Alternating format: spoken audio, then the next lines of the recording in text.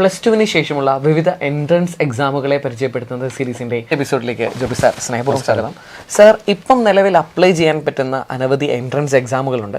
അതിൽ ഏറ്റവും കൂടുതൽ പ്രാധാന്യമുള്ളത് കുസാറ്റും ബിറ്റ്സാറ്റും അതുപോലെ തന്നെ നാറ്റയുമാണ്. സാർ, നമ്മൾ വിദ്യാർത്ഥികളോട് സംസാരിക്കുമ്പോഴത്തേനും അവർക്ക് എഞ്ചിനീയറിംഗ് എക്സാമുകളെക്കുറിച്ച് കൃത്യമായ ഐഡിയ ഉണ്ട്. ഈ ആർക്കിടെക്ചറിലേക്കൊക്കെ വരുമ്പോഴത്തേനും ജെയ്മെയിൻ സെഷൻ 2 കുറിച്ചൊരു ഐഡിയ ഉണ്ട്.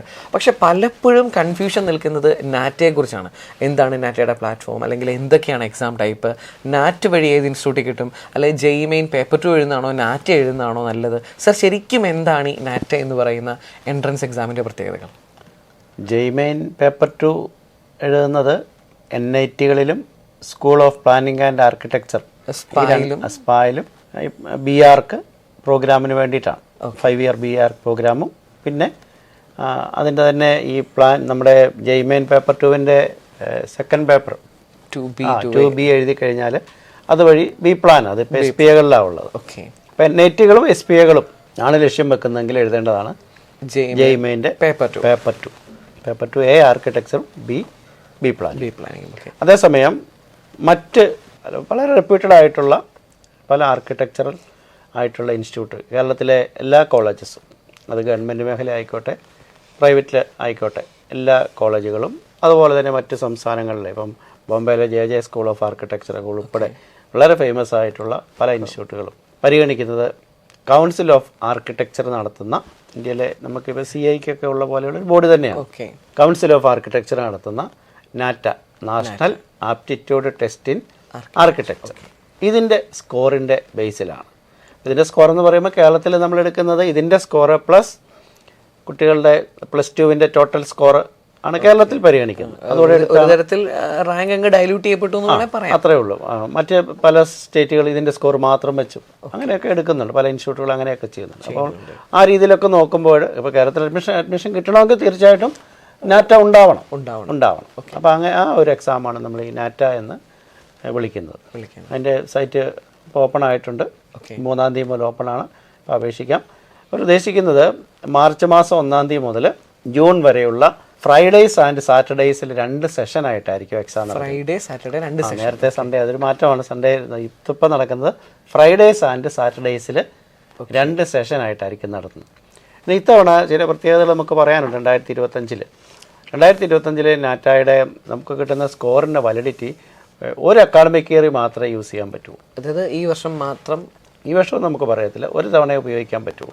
ഒരു തവണ ഉപയോഗിക്കാം. കാരണം ഈ വർഷം എന്നുള്ളത് ഞാൻ മാറ്റി പറയാൻ കാരണം, ഇപ്പോൾ +1 പഠിക്കുന്നവർക്ക് നാറ്റ എഴുതാം, +1-ൻ്റെ എക്സാം എഴുതാൻ പോകുന്നവർക്ക്, +2-ൻ്റെ എക്സാം എഴുതാൻ പോകുന്നവർക്കും നാറ്റ എഴുതാം, +2 കഴിഞ്ഞവർക്കും നാറ്റ എഴുതാം. പക്ഷേ ഒറ്റ തവണ അത് ആ സ്കോറിന് വാലിഡിറ്റി ഉണ്ട്. കഴിഞ്ഞ വർഷം വരെ 2 തവണ ഉണ്ടായിരുന്നു. 2024 നാറ്റയ്ക്ക് അവർ 2 വർഷത്തെ 2 അക്കാഡമിക് ഇയറിൽ യൂസ് ചെയ്യാനുള്ള രീതിയിൽ ഉപയോഗിക്കാമെന്ന് പറഞ്ഞു. അതുകൊണ്ട് ഇത്തവണ ഒരു കാര്യം ചെയ്തിട്ടുണ്ട്. ഇപ്പോൾ ഒരു കുട്ടി നാറ്റ നമുക്ക് 3 തവണ പ്രതീക്ഷിക്കാം. ഈ വർഷം എല്ലാ വർഷവും 3 തവണ നടത്താറുണ്ട്. അപ്പോൾ നാറ്റ 2024 എഴുതിയൊരു കുട്ടിയെ സംബന്ധിച്ച് 2024 നാറ്റയും 2025 ഒരു സെഷൻ ഒരു നാറ്റ എഴുതാമെന്ന് വിചാരിക്കുക. അതിനകത്ത് ഈ 2 കൂടെ എടുത്തിട്ട് അതിനകത്ത് ബെറ്റർ സ്കോർ ആയിരിക്കും പരിഗണിക്കുന്നത്, ഒരു അഡ്മിഷന് പരിഗണിക്കുന്നത്. ഇനി 2024 ഒരെണ്ണം എഴുതിയിട്ടുണ്ട്, 2025 2 എഴുതി. അങ്ങനെയാണെങ്കിൽ ഇത് 3-ൻ്റെ കൂടെ ബെസ്റ്റ് ആയിരിക്കും പരിഗണിക്കുന്നത്. ഇനി 2025 തന്നെ 3 എഴുതിയെന്ന് വിചാരിക്കുക. അങ്ങനെയാണെങ്കിൽ ആ 3-ൻ്റെ ബെസ്റ്റേ പരിഗണിക്കൂ. ഏകദേശം ക്ലിയർ ആയല്ലോ, ഐഡിയ കിട്ടി. എന്നാലും സാർ, ഒരു സംശയം. അതായത് ഈ +1-ൽ പഠിച്ചൊരു വിദ്യാർത്ഥി നാറ്റ് എഴുതി, അപ്പം അവന് +2 കഴിയാതെ ഒരു കോഴ്സിന് അഡ്മിഷൻ എടുക്കാൻ പറ്റത്തില്ലല്ലോ. അപ്പോൾ ഒരു വർഷം കഴിഞ്ഞല്ലേ അതിന് വാലിഡിറ്റി വരുള്ളൂ. ഒരു അക്കാഡമിക് ഇയറിനെ യൂസ് ചെയ്യാൻ പറ്റുള്ളൂ. +1-ൽ എഴുതുന്ന കുട്ടിക്ക് എഴുതാം, നാറ്റ എഴുതാം. അവൻ ആ സ്കോർ കിട്ടുന്നു, അവൻ +2 കഴിയുമ്പോൾ ആ സ്കോർ ഉപയോഗിക്കും. സാർ, അപ്പം നാറ്റയുടെ കാര്യത്തിലേക്ക് വരുവാണെങ്കിൽ ഒരു വർഷം തന്നെ 3 തവണ നാറ്റ നടത്തുമെന്ന് പറയുന്നു. എന്താണ് ഒരു നാറ്റ എക്സാമിന് ഒരു മികച്ച സ്കോർ നേടാൻ ഏതൊക്കെ രീതിയിൽ പഠിക്കണം? എന്താണ് അതിൻ്റെ ഒരു സ്ട്രാറ്റജി? നാറ്റ എക്സാമിന് 2 പാർട്ടാണുള്ളത്, പാർട്ട് എയും പാർട്ട് ബിയും. എന്നിട്ട് പാർട്ട് ബിയിൽ ഇത്തവണ ഒരുപാട് മാറ്റങ്ങൾ വന്നിട്ടുണ്ട്. പാർട്ട് എ എന്ന് പറയുമ്പം 80 മാർക്കാണ്. 80 മാർക്ക്. അതൊരു ഡ്രോയിങ് ആൻഡ് കോമ്പോസിഷൻ ടെസ്റ്റാണ് അവിടെ നടക്കുന്നത്. പാർട്ട് എ തന്നെ നമുക്ക് 3 തിരിക്കാം. 1, 2, 3 എന്ന് തിരിച്ചാൽ അതിനകത്ത് ആദ്യത്തെ പാർട്ടെന്ന് പറയുന്നത് കളർ കോമ്പോസിഷനാണ്. കോമ്പോസിഷൻ ആൻഡ് കളറാണ് വരുന്നത്. അവിടെ ഒരു 25 മാർക്കിൻ്റെ ക്വസ്റ്റ്യൻ ഉണ്ടാവും. പിന്നെ രണ്ടാമത്തെ സ്കെച്ചിങ് ആൻഡ് കോമ്പോസിഷൻ, അത് ബ്ലാക്ക് ആൻഡ് വൈറ്റ്. ഓക്കെ. അവിടെ ഒരു 25 മാർക്കുണ്ടാവും. മൂന്നാമത്തേന്ന് പറയുന്നത് 3D കോമ്പോസിഷനാണ്, അപ്പം 30. അപ്പോൾ അങ്ങനെ 25, 25, 30 ആകെ 80 മാർക്കിന് 1.5 മണിക്കൂർ 80 മാർക്കിൻ്റെ എക്സാമാണ് പാർട്ട് എ എന്ന് പറയും. പാർട്ട് ബി കമ്പ്യൂട്ടർ ബേസ്ഡാണ്. ആദ്യത്തേത് നമുക്ക് പറയാം ഓഫ്ലൈനെന്നോ എല്ലാം പേപ്പറെന്നൊക്കെ നമുക്ക് പറയാം, ഓഫ്ലൈനാണ്. രണ്ടാമത്തെ കമ്പ്യൂട്ടർ ബേസ്ഡാണ്. ഈ കമ്പ്യൂട്ടർ ബേസ്ഡ് അഡാപ്റ്റീവ് ടെസ്റ്റാണ് എന്ന് പറയുമ്പോൾ നമ്മൾ സാധാരണ കേൾക്കുന്നില്ലാത്ത, അല്ലെങ്കിൽ ഇന്ത്യയിൽ നടക്കുന്ന പരീക്ഷകളിൽ നമ്മൾ കാണുന്നില്ലാത്തൊരു തരത്തിലുള്ള എക്സാമാണിത്. IRT, ഐറ്റം റെസ്പോൺസ് ടെസ്റ്റ് എന്ന് വിളിക്കാം. Item response test. ഓക്കെ. അതായത് കുറേ ക്വസ്റ്റ്യൻസ്, ഒരു ക്വസ്റ്റ്യൻ ബാങ്ക് പോലെ ക്വസ്റ്റ്യൻസ് ഉണ്ട്. അപ്പോൾ അതിനകത്തുനിന്ന് ഒരു കുട്ടി, ഇവിടെ ഇത് മൊത്തം 50 ക്വസ്റ്റ്യനാണ് വരുന്നത്. 42 ക്വസ്റ്റ്യൻ മൾട്ടിപ്പിൾ ചോയ്സ് ക്വസ്റ്റ്യനും 8 ക്വസ്റ്റ്യൻ നോ ചോയ്സ് ക്വസ്റ്റ്യനും. No choice. ഓക്കെ. അങ്ങനെ 50 ക്വസ്റ്റ്യനുണ്ട്. 120 മാർക്കുമാണ്. ഓക്കെ. ഒരു ക്വസ്റ്റ്യൻ എഴുതാൻ 108 സെക്കൻഡ്സ് ആണ്.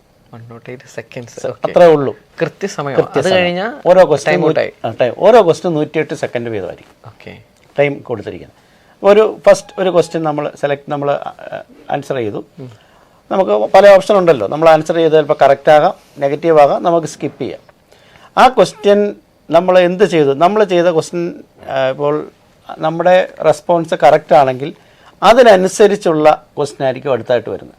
ഓക്കെ. നമ്മുടെ ലെവൽ അനുസരിച്ച്. ആ ക്വസ്റ്റ്യൻ റോങ് ആയിപ്പോയി, ഇപ്പം നമുക്ക് ആ ഒരു ലെവൽ ഇല്ല എന്നുള്ളതാണല്ലോ സിസ്റ്റത്തിന് മനസ്സിലാക്കുന്നത്. അപ്പോൾ അതിലും താഴ്ന്ന ലെവലിലുള്ള ഒരു ക്വസ്റ്റ്യൻ ആയിരിക്കും നമുക്ക് വരുന്നത്.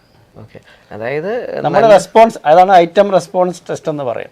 നമ്മുടെ റെസ്പോൺസ് അനുസരിച്ച് ക്വസ്റ്റ്യൻസ് ഓരോ കാൻഡിഡേറ്റിനും മാറി മാറി വന്നുകൊണ്ടിരിക്കും. അതായത് ഒരു ഡിഫിക്കൽട്ട് ആയ ഒരു എക്സാം ക്ലിയർ ചെയ്ത ഒരാൾക്ക് വീണ്ടും വീണ്ടും നല്ല ക്വസ്റ്റ്യൻസിലേക്ക് വരാം കിട്ടും. അതേസമയം ഏറ്റവും സിമ്പിൾ ആയ ഒരു ക്വസ്റ്റ്യൻ നേരെ തെറ്റിക്കഴിഞ്ഞാൽ സ്വാഭാവികമായിട്ടും സബ്സ്റ്റാൻഡേർഡ് ക്വസ്റ്റ്യൻസിലേക്കൊക്കെ മാറ്റപ്പെടാനുള്ള സാധ്യത. സാർ, അപ്പോൾ ഒരു സംശയമുണ്ട്, എല്ലാ ക്വസ്റ്റിനും ഒരു മാർക്കാണ്, ഒരേപോലെ മാർക്കാണ്, ഡിഫറെന്റ് മാർക്കാണ്? വെയിറ്റേജ് വ്യത്യാസമുണ്ട് മാർക്കിന്. അതായത് സിസ്റ്റം ഇത് നോക്കിയിട്ട് ആ കുട്ടിയുടെ ലെവൽ നോക്കും.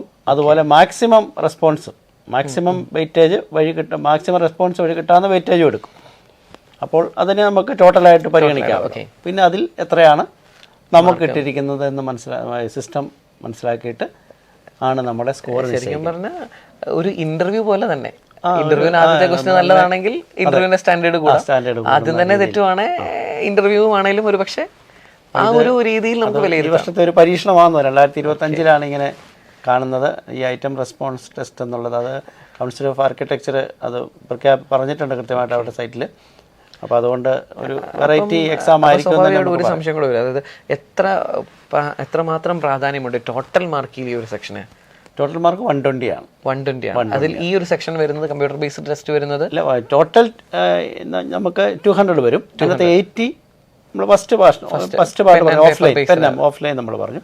ഈ ഓൺലൈൻ ടെസ്റ്റിന് 120 ആണ്. അതായത് ശരിക്കും പറഞ്ഞാൽ ഏറ്റവും കൂടുതൽ പ്രാധാന്യം ഈ computer based item responsive test തന്നെയാണ്. അപ്പോൾ ഇത് നമുക്ക് ഫസ്റ്റ് ആദ്യത്തെ നാറ്റ കഴിയുമ്പോഴാണ് നമുക്ക് എന്താ കൃത്യമായിട്ട് അതിനെക്കുറിച്ച് ഒരു ഐഡിയ നമുക്ക് പറയാം. ഒരു ന്യൂ ഇനിഷ്യേറ്റീവ് എന്ന രീതിയിൽ തന്നെ സാർ, ഇപ്പം വിദ്യാർത്ഥിയൊക്കെ എഴുതും ചേട്ടാ ഈ നാറ്റ എഴുതിയേക്കാം, അപ്പോൾ ഇതൊക്കെയാണ് ഐഡിയ കിട്ടി. സാർ, ശരിക്കും ഏതൊക്കെയാണ് ഒരു നല്ല കോളേജ് എന്ന് പറയാൻ പറ്റുന്ന ഒരു കുറച്ച് കോളേജുകൾ കേരളത്തിലെ പറയുവാണെങ്കിൽ നാറ്റയുടെ കാറ്റഗറിയിൽ? നാറ്റ കാറ്റഗറി നമുക്ക് നമ്മുടെ കീമിന് കീഴിൽ വരുന്ന college of engineering Trivandrum, CET first. അത് കേരളത്തിൽ തന്നെയല്ല, കേരളത്തിൽ നമ്പർ 1 ആണ്. തന്നെയുമല്ല ഇന്ത്യയിലാണെങ്കിൽ ഒരു 5ാമത് 6ാമത് കോളേജ് ആ ഒരു പൊസിഷന് വരുന്നുണ്ട്. ഓക്കെ, നല്ല ഏറ്റവും നല്ല ഓപ്ഷൻ അത് തന്നെയാണ്. പിന്നെ TKM-ലും തൃശ്ശൂരും കോട്ടയം രാജീവ് ഗാന്ധി ഈ 4 പിന്നെ കോതമംഗലം. അതായത് ഏറ്റവും നല്ല മികച്ച ബിടെക് കോളേജുകൾ തന്നെയാണ് സ്വാഭാവികമായിട്ട് അവിടെ കൂടുതൽ. എല്ലായിടത്തും ആർക്കിടെക്ചർ ഇല്ല, പഴയ ഈ കോളേജുകൾ ആർക്കിടെക്ചർ ഉണ്ട്. അപ്പോൾ അവിടെ അതൊക്കെ തന്നെയാണ്. പിന്നെ പ്രൈവറ്റ് കോളേജസ് ആണ് അതിന് താഴെ. പ്രൈവറ്റ് കോളേജസ് ആണ് സാർ. അതുപോലെ തന്നെ ഈ ഒരു ഓൾ ഇന്ത്യ റേഞ്ച് നോക്കുവാണെങ്കിൽ ഒരു ടോപ്പ് കോളേജ് സാറിന് പെട്ടെന്ന് ഓർത്ത് ഓൾ ഇന്ത്യ ലെവലിൽ നമ്മൾ വരുന്നത് IITs ആണ്. IITക്ക് വേറെയാണ് exam. AIT architecture aptitude test,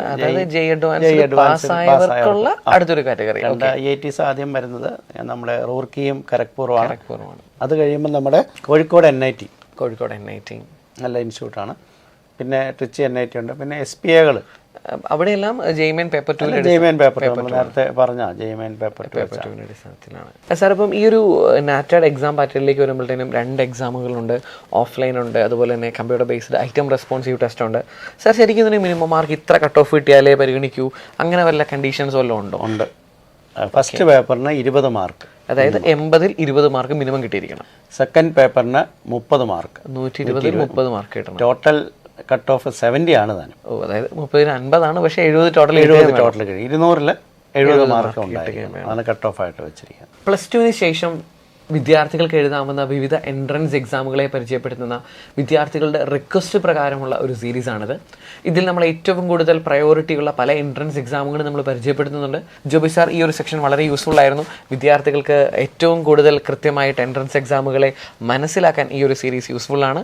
sir, ഇതിനേക്കാൾ കൂടുതൽ ഡിമാൻഡിങ് ആയ കോഴ്സുകളും അതുപോലെ എൻട്രൻസ് എക്സാമുകളുമായി വീണ്ടും കാണാം. Thank you sir, thank you very much.